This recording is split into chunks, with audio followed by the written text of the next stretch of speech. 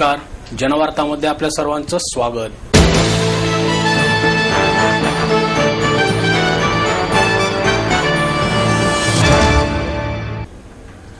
गुजरातमध्ये भाजपचे नरेंद्र मोदी यांनी निवडणूक जिंकत हॅट्रिक केल्याबद्दल पुण्यात भाजपच्या वतीने आनंदोत्सव साजरा करण्यात आला।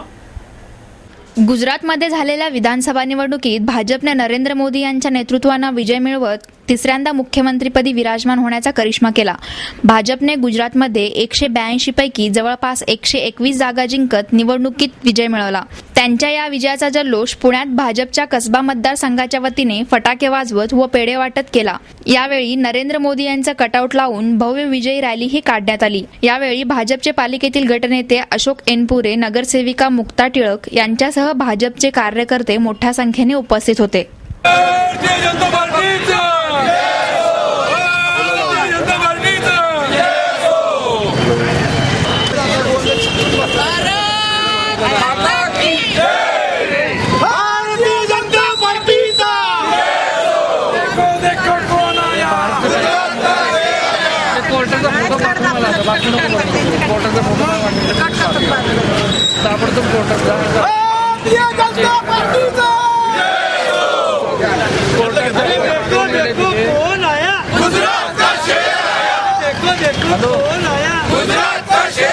नरेंद्र भाई मोदी यांच्या नेतृत्वाचं सरकार विजयी झालेला आहे। भारतीय जनता पक्षाचा हा विजय साजरा करण्यासाठी आमदार गिरीशजी बाबूजी विजय साजरा करण्यासाठी शोभायात्रा थोड्या त्या ठिकाणी सहभागी व्हावे।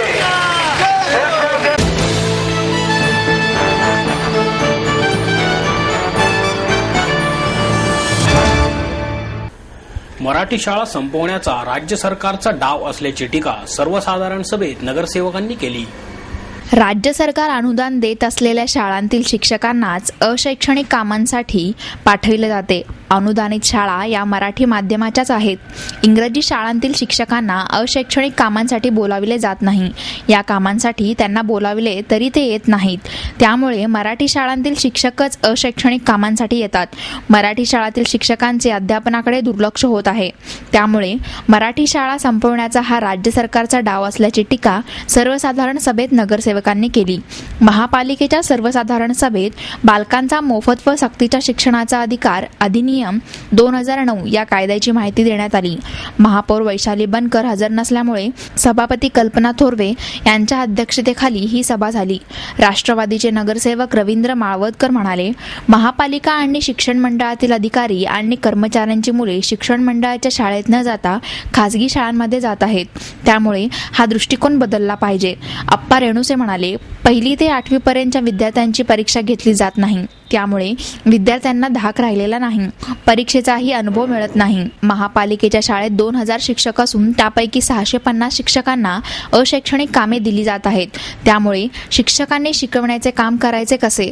मराठी शाळांवर इंग्रजी शाळांचे अतिक्रमण होत आहे। भाजपच्या प्राध्यापक मेधा कुलकर्णी म्हणाल्या, महापालिकेच्या शाळांतील विद्यार्थ्यांना शालेय पोषण आहार देण्यासाठी सेंट्रल किचन असले पाहिजे। आरपीआयचे सिद्धार्थ धेंडे म्हणाले, अमेरिकेत 90% विद्यार्थी सरकारी शाळात आणि 10% विद्यार्थी खासगी शाळात आहेत, पण आपल्याकडे या उलट स्थिती आहे। महापालिकेच्या शाळात 365 दिवसांपैकी अवघे 170 दिवस शिक्षण दिले जात आहे। उर्वरित 195 दिवस शिक्षण दिले जात नाही। या उलट खासगी शाळांमध्ये 232 दिवस शिक्षण दिले जात आहे। सभागृह नेते सुभाष जगताप म्हणाले, शिक्षण मंडळाने कच्च्या विद्यार्थ्यांसाठी तास सुरू केले पाहिजेत। ज्या शाळांनी आर्थिकदृष्ट्या मागास विद्यार्थ्यांसाठी असलेल्या 25% आरक्षणाची अंमलबजावणी केली नाही, त्यांच्याकडून खुलासे मागावेत आणि त्यांच्यावर कारवाई करावी।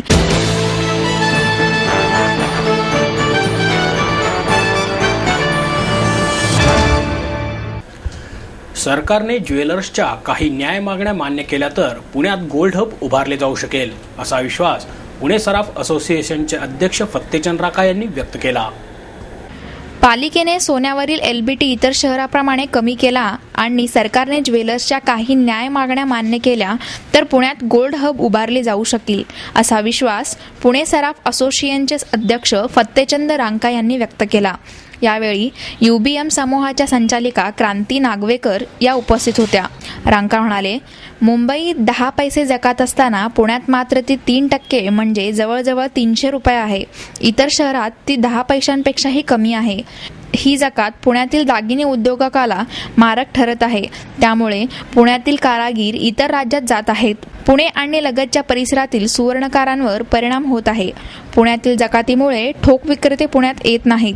त्यामुळे पुणे व लगतच्या शहरातील छोट्या दुकानदारांची कुचंबणा होत असल्याचे त्यांनी सांगितले. पुणे शहर हे गोल्ड हब करण्यासाठी एकदम चांगली सिटी आहे.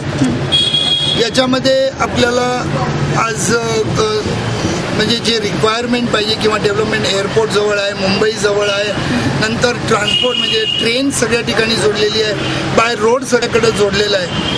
गोल्ड हब साऊथमध्ये कोईमतूरला झालेलं आहे, कलकत्त्याला झालेलं आहे, आज राजस्थान झालं आहे, गुजरात झालेलं आहे. परंतु दुर्दैवाची गोष्ट अशी की आपण महाराष्ट्रात किंवा आज महाराष्ट्रातलं 2nd नंबरचं शहर आहे पुणे याच्यामध्ये करू शकत नाही.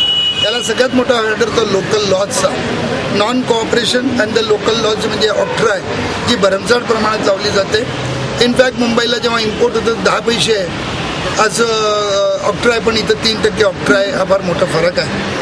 आणि जर गोल्डची इंडस्ट्री वाढवायची असेल तर कारागिरांचे शिक्षणाचे क्लासेस, डिप्लोमा कोर्सेस सुरू करणं जरुरी आहे. मुंबईला ते सुरू झालेले आहेत, परंतु आपल्या इकडे आपण इन्फ्रास्ट्रक्चर नसल्यामुळे काही करू शकत नाही. आणि आपण लोकल बॉडीजकडे याच्याकरता मागणी केलेली सुद्धा त्यांच्याकडनं कुठलंही एका पत्राचं उत्तर येत नाही. म्हणजे एकंदरीत उदासीनतापणा जास्ती आहे. लोकल बॉडीने किंवा इथल्या कॉर्पोरेशननी सहकार्य केलं then we can with the help of various other promote agencies like UBM आणि असे अनेक याच्यावरनं आम्ही इथे एक्झिबिशन भरवू शकू. आज संपूर्ण जगातले चांगले चांगले म्हणजे इंडस्ट्रीज आहेत किंवा मशिनरीज आहेत ते इथं आणू शकू.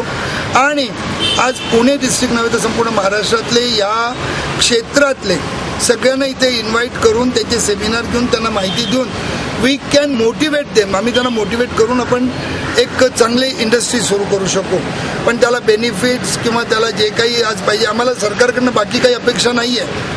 आम्हाला फक्त जे कुठली कारकुनीचं काम न करायला लावता सरळ आणि सोपा आणि चांगला बिझनेस करण्याचे जर यांनी जर प्रोव्हिजन केली तर वी कॅन डू दॅट. आणि आपल्या महाराष्ट्रात आज तेवढी क्षमता आहे, बुद्धी, कौशल्य आहे, कला आहे, ती आपण नक्कीच पुणे ऑडिट सिस्टीम काढून टाकली किंवा रिजनेबल रेट ठेवले आणि दुकानात जाऊन तो प्रत्येक वेळी चेक करण्याचं किंवा 2-2 वर्षाचे अकाउंट्स वगैरे हे जे काही त्यांनी केलेलं आहे किंवा अकाउंटचे परत चेकिंग करण्याचं, म्हणजे this is a near harassment.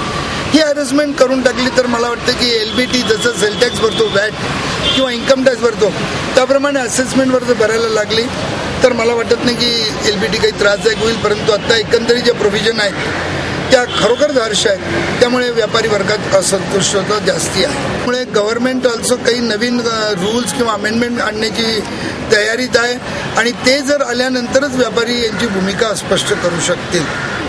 एक गोंडस नाव एलेलं आहे, ते गोंडस नाव सुद्धा काढून टाकावं, LBT काढून टाकावी आणि एक फ्री ट्रेड करू द्यावा. आणि फ्री ट्रेड करू दिलं तर नक्कीच महाराष्ट्राचं जसं वॅटमध्ये कोट्यवधी रुपयांनी इन्कम वाढलं तसं लोकल बॉडीचंही वाढेल. पण LBTमुळे कॉर्पोरेशनचं नक्कीच उत्पन्न वाढणार यात किंमत नाही. मुंबईत पुढच्या वर्षी जेम अँड ज्वेलरी फेअर आयोजित करण्यात आले असल्याची माहिती UBM समूहाच्या संचालिका नागवेकर यांनी दिली. हे जे चर्चासत्र आहे मुंबईमध्ये जे आम्ही UBMद्वारा ज्वेलरी एक्झिबिशन ऑर्गनाईज करतो त्यामध्ये आम्ही ज्वेलरी इंडस्ट्रीचे जे काही इश्यूज आहेत किंवा त्यांना मदत होईल अशा प्रकारचे चर्चासत्र म्हणजे आपले जेमस्टोन कसे ओळखावे, आपला बिझनेस कसा इम्प्रूव्ह करावा, कशी वेगवेगळ्या प्रकारची टेक्नॉलॉजी आत्मसात, तिकडचे जे कारागीर आहेत त्यांना वेगवेगळी टेक्नॉलॉजी शिकवावी यासाठी आम्ही इंटरनॅशनल बाजारातनं मशिनरी मॅन्युफॅक्चरर्स घेऊन येतोय, इंटरनॅशनल ज्वेलरी मॅन्युफॅक्चरर्स घेऊन येतोय आणि असं एक प्लॅटफॉर्म तयार करतोय की जिकडे या इंडस्ट्रीला जग कुठे चाललंय याची जाणीव होईल. कारण आज आपण आपल्यातच जर आपण बिझनेस करत बसलो आणि जर उद्या जसं आज आम्ही नेहमी म्हणतो की international economy is negative like or US. And we are also struggling here. But the positive thing is there is a growth. आपली growth कमी झाली आहे. It's a growth. So the whole world is looking at इंडियाकडे बघतात की इंडियाचा जो business आहे तो कसा घेता येईल. ती जरूरची गोष्ट आहे की इकडच्या मॅन्युफॅक्चरर्सना क्वालिटी मॅन्युफॅक्चरिंग करता येईल. तर आमचा हाच उद्देश असतो की अशा एक्झिबिशनद्वारे आणि कॉन्फरन्स आणि सेमिनारद्वारे इंडस्ट्रीला आम्ही जागरूक करतो, त्यांना एक नवीन लेवलवर घेऊन जातो. सो हाच प्रयत्न आमचा असणार आहे, जिकडे आम्ही 3 दिवस वेगवेगळे प्रकारचे वर्कशॉप सेमिनार घेऊन येणार आहेत आणि मशिनरीवर आम्ही जास्त जोर देणार आहोत. कारण जर आपल्याला आज मी जसं म्हणते की इंडियामध्ये नेहमी it is use as a cutting and polishing hub of diamonds major, पण इंडियन ज्वेलरीला बाहेर आज न्यायचं असेल तर it has to have a finance, आणि तो फिनान्स येण्यासाठी मशिनरी मॅन्युफॅक्चरिंगवर जोर दिला गेला पाहिजे. सो आमचा हाच प्रयत्न राहणार आहे की आम्ही त्या लेवलवर जाऊन ग्रासरूट लेवलवर जाऊन कसं आणि टेक्निशियन्सला एज्युकेट करू. पुण्याबरोबरच नाशिक, नागपूर, औरंगाबाद सराफ असोसिएशनना या प्रदर्शनासाठी आमंत्रित करण्यात आले आहे. यामुळे या असोसिएशनच्या सदस्यांना विचारांची तसेच तंत्रज्ञानाची देवाणघेवाण करता येईल. Mumbai wholesale gold jewellers association आणि मुंबई डायमंड मर्चंट्स असोसिएशन या प्रदर्शनात सहभागी होणार आहेत. अशा प्रकारचे प्रदर्शन भारतातील इतर शहरात होते, मात्र पुण्यात यासाठी पायाभूत सुविधा उपलब्ध नसल्यामुळे तसे प्रदर्शन आयोजित करता येत नसल्याचा दावा रांका यांनी केला.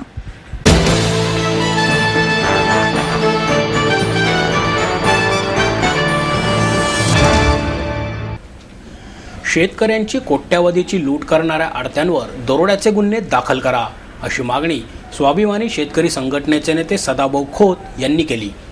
सरकारचा आदेश धुडकावून राज्यातील बाजार समित्यांमध्ये जादा अडत कपात केली जात आहे. कायदा मोडला म्हणून शेतकऱ्यांवर कारवाई करता त्याच न्यायाने शेतकऱ्यांची कोट्यावधींची लूट करणाऱ्या आडत्यांवर दरोड्याचे गुन्हे दाखल करा, अशी मागणी स्वाभिमानी शेतकरी संघटनेचे नेते सदाभाऊ खोत यांनी केली. खोत म्हणाले, सरकारने काढलेल्या 6% आडतीच्या परिपत्रकाला धुडकावून बाजार समित्यांमध्ये 8 ते 12% आडत कपात केली जात आहे. यातून शेतकऱ्यांची दरवर्षी 300 ते 400 कोटी रुपयांची लूट होत आहे. व्यापारी सरकारला जुमानत नाहीत. नोटीस काढली म्हणून बाजारा बंद ठेवून शेतकऱ्यांना वेठीस धरले जात आहे. पणन मंत्री राधाकृष्ण विखे पाटील यांनी कणखर भूमिका घेतली, मात्र केंद्रीय कृषी मंत्री शरद पवार यांनी मुख्यमंत्र्यांकडे शिष्टाई करत या निर्णयाला स्थगिती देण्याची मागणी केली. पवार शेतकऱ्यांचे नेते आहेत की आडत्यांचे, असा प्रश्नही खोत यांनी केला. पुणे प्रादेशिक बाजार समितीवर गेल्या 9 वर्षापासून प्रशासक आहेत. प्रत्येक वेळी कारणे दाखवून निवडणूक पुढे ढकलण्यात येते. बाजार समितीचे प्रशासक येथील पैसे गोळा करून सर्व मंत्र्यांना पोचवित असल्याने निवडणुका घेतल्या जात नाहीत, असा आरोप खोत यांनी केला. संघर्ष पाण्याचा आणि पंचनामा भ्रष्टाचाराचा हे आंदोलन आम्ही 2 वर्षापूर्वी विशेषतः सुरू केलेलं होतं. वसंतदादा जो डॅम्प आहे चांदोलीला, त्या डॅम्पवरून आम्ही पाण्याची कावड घेऊन जवळजवळ 7 दिवस खासदार राजू शेट्टी पायी पदयात्रेने चाललेले होते आणि मी शाहू महाराजांनी जे धरण बांधलेलं होतं राधानगरी धरण, येथून मी पाण्याची कावड घेतलेली होती. त्यावेळी आम्ही ह्या आंदोलनाची घोषणा केलेली होती, संघर्ष पाण्याचा आणि पंचनामा भ्रष्टाचाराचा. याच्या मागची आमची भूमिका एक होती की धरणं ही शेतकऱ्यांच्या जमिनीवरती या राज्यातली बहुतांश उभा राहिलेली आहेत आणि त्याच्यामध्ये शेतकऱ्यांच्या जमिनी गेलेल्या आहेत. ज्या शेतकऱ्यांच्या जमिनी गेल्या त्या शेतकऱ्यांचं अजून पुनर्वसनही झालेलं नाही आहे. एका बाजूला शेतकरी आमचा पुनर्वसनासाठी रस्त्यावरती लढा देत आहे, दुसऱ्या बाजूला त्या धरणामधलं पाणी त्या शेतकऱ्याला घेण्याचा अधिकारसुद्धा या राज्यकर्त्यांनी आज पाऊत दिलेला नाही. म्हणजे एका बाजूला त्या धरणातलं पाणी द्या म्हणूनही शेतकरी रस्त्यावरची लढाई लढत आहे आणि अशा कठीण परिस्थितीमध्ये शेतकरी रस्त्यावरती आला तर सरकार एका बाजूला त्यांना गोळ्या घालत आहे, त्यांना मारत आहे, रक्त सांडत आहे. आणि म्हणून आम्ही ठरवलं की एका बाजूला गेल्या वर्षीसुद्धा दुष्काळाचं स्वरूप बघितलं तर प्रचंड उग्र स्वरूप दुष्काळानं धारण केलेलं आहे आणि अशा काळामध्ये आज महाराष्ट्रातला दुष्काळ विभागातला शेतकरी मोठ्या संकटाला सामोरे जात आहे. एका बाजूला जनावरं त्याची कत्तलखान्याकडे चाललेली आहेत, दुसऱ्या बाजूला शेतीतलं पीक सगळं वाया गेलेलं आहे, पिण्याच्या पाण्याच्या समस्या मोठ्या प्रमाणामध्ये निर्माण झालेल्या आहेत आणि सरकारीकडे लक्ष द्यायला तयार नाही. परंतु थोडीशी आशाचा किरण मुख्यमंत्र्यांच्या घोषणेतून 3-4 महिन्यापूर्वी तयार झालेला होता की 10 वर्षामध्ये 0.1% सिंचन झालेलं आहे आणि खर्च तर 71-72 कोटी रुपये झालेला आहे आणि याची आम्ही शोधपत्रिका काढू. आणि त्यावेळी गावातल्या सामान्य दुष्काळ भागातल्या जनतेला वाटत होतं की आता आमच्यासाठी काहीतरी भरीव निधीची तरतूद होईल आणि जेणेकरून अपूर्ण राहिलेल्या सिंचनाच्या जे कामं आहेत ते पूर्ण होतील आणि पाणी आमच्या शेतापर्यंत येईल अशी अपेक्षा तयार झालेली होती. परंतु लगेच 3 महिन्यामध्ये 5.5% सिंचनाखाली जमीन 10 वर्षामध्ये मागं आलेली होती असा अहवाल बाहेर आल्यामुळं मुख्यमंत्रीसुद्धा आपल्याशी खोटं बोलत आहेत, मुख्यमंत्रीसुद्धा आपली घोर फसवणूक करत आहेत अशी एक जनतेची मानसिकता परत विचारच आहे. आणि म्हणून आम्ही सांगलीच्या मेळाव्यामध्ये घोषणा केली की या आंदोलनाची सुरुवात आम्ही मांजर्डे या गावातून तासगाव तालुक्यातील RR आबांच्या मतदारसंघातून आम्ही या आंदोलनाची सुरुवात करत आहे. याच्या मागचं कारण आहे की 10 वर्षापूर्वी RR आबांनी संपूर्ण पश्चिम महाराष्ट्रामध्ये दुष्काळ भागामध्ये मोठं पाण्यासाठी आंदोलन या राज्यामध्ये उभा केलेलं होतं आणि त्याच्यामध्ये क्रांतीवीर नागनाथांना नाईकवाडी हे त्याचं नेतृत्व करत होते. गणपतराव देशमुख साहेब त्या आंदोलनाचं नेतृत्व करत होते. परंतु अलीकडच्या काळामध्ये जर बघितलं तर एका बाजूला RR आबासारखा सुद्धा चांगला एक मंत्री ज्याच्याकडं या राज्यातली जनता एक स्वच्छ हाताचा मंत्री म्हणून पाहत होते, पण तोही माणूस शेतकऱ्यावरती आज गोळ्या झाडत आहे आणि सरळ सरळ सभागृहामध्ये त्याचं समर्थन करताना आबा मला दिसत आहेत की आमच्या पोलिसांनी गोळीबार केला तो स्वसंरक्षणासाठी. मग मला प्रश्न पडतो की अरे निशस्त्र रस्त्यावरती आलेला शेतकरी ह्याच्या हातामध्ये कोणतं असं हत्यार असतं की तो तुमच्या अंगावरती घेऊन आला? एक वेळा त्या हत्यार तर तुम्ही जाहीर करायला पाहिजे होती.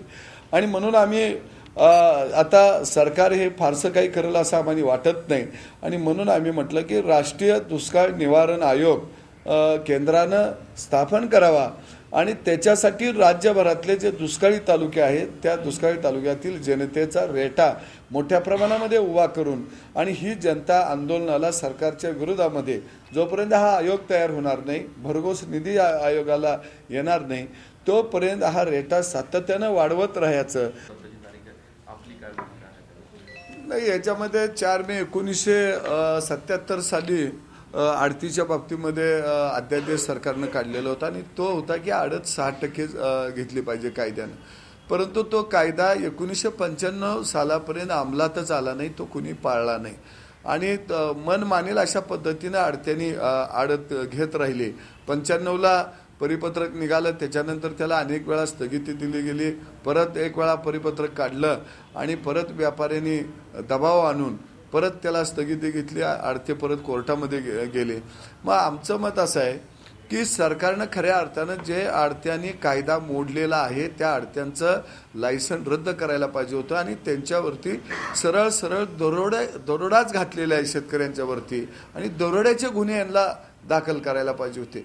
परंतु अलीकडं मार्केट कमिट्या ह्या राज्यातल्या शेतकऱ्यांचे कत्तलखाने बनलेले आहेत आणि मी मगाशी म्हटलं की याच्यामध्ये मार्केट कमिटीमध्ये असणारे जे संचालक आहेत हे खऱ्या अर्थानं ग्रामीण भाषेत बोलायचं झालं तर ही वळू बैल आहेत आणि ही वळू बैल शेतकरी गेली अनेक वर्ष पोसत आलेला आहे आणि यांनी कधीही शेतकऱ्यांची बाजू घेतलेली नाही.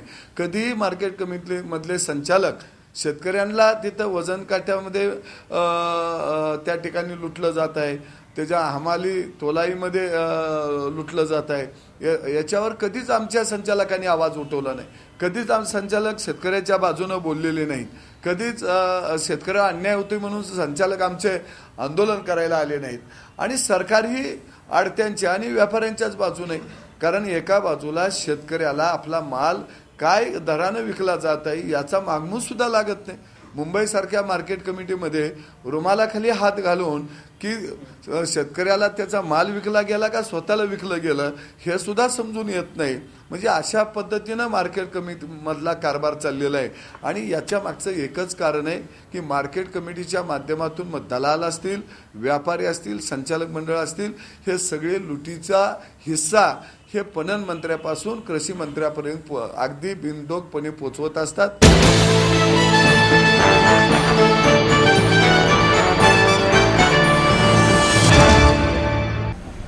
डेक्कन जिमखाना क्लबच्या वतीने 12व्या $25,000 NECC ITF महिला टेनिस स्पर्धेचे आयोजन करण्यात आले आहे.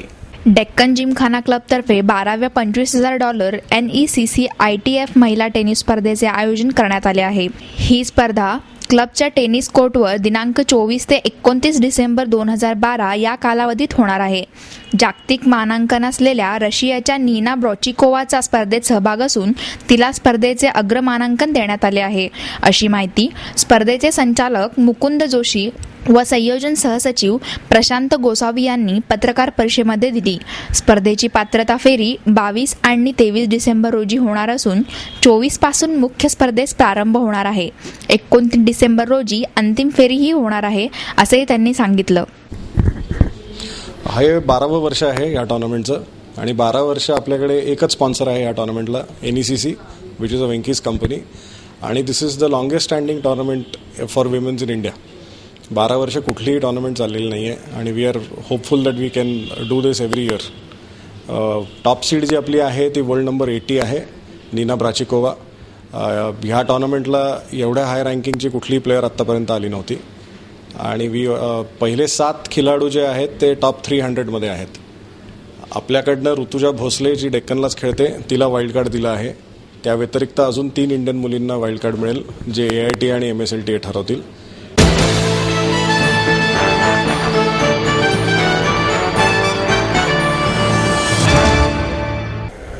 दी रोज सोसायटी ऑफ पुणेच्या वतीने टिळक स्मारक मंदिर येथे गुलाब प्रदर्शन भरवण्यात येणार आहे. The rose society of Pune या संस्थेतर्फे 91व्या गुलाब प्रदर्शनाचे आणि सुवर्ण महोत्सवी वर्षाच्या समारोपाचे टिळक स्मारक मंदिर येथे 28 ते 30 डिसेंबर या कालावधीत आयोजन करण्यात आले आहे. या प्रदर्शनाचे उद्घाटन 28 डिसेंबर रोजी दुपारी 3 वाजता खासदार वंदना चव्हाण यांच्या हस्ते करण्यात येणार आहे. टिळक महाराष्ट्र विद्यापीठाचे कुलगुरू डॉक्टर दीपक टिळक यावेळी प्रमुख पाहुणे म्हणून उपस्थित राहणार आहेत. गुलाब प्रेमींसाठी 28 डिसेंबर रोजी दुपारी 2 ते रात्री 8, 29 आणि 30 डिसेंबर रोजी सकाळी 9 ते रात्री 8 या वेळेत प्रदर्शन सुरू राहणार आहे, अशी माहिती संस्थेच्या अध्यक्षा अनुपमा बर्वे, कार्याध्यक्ष अरुण पाटील, कार्यवाह भाग्यश्री टकले यांनी पत्रकार परिषदेत दिली.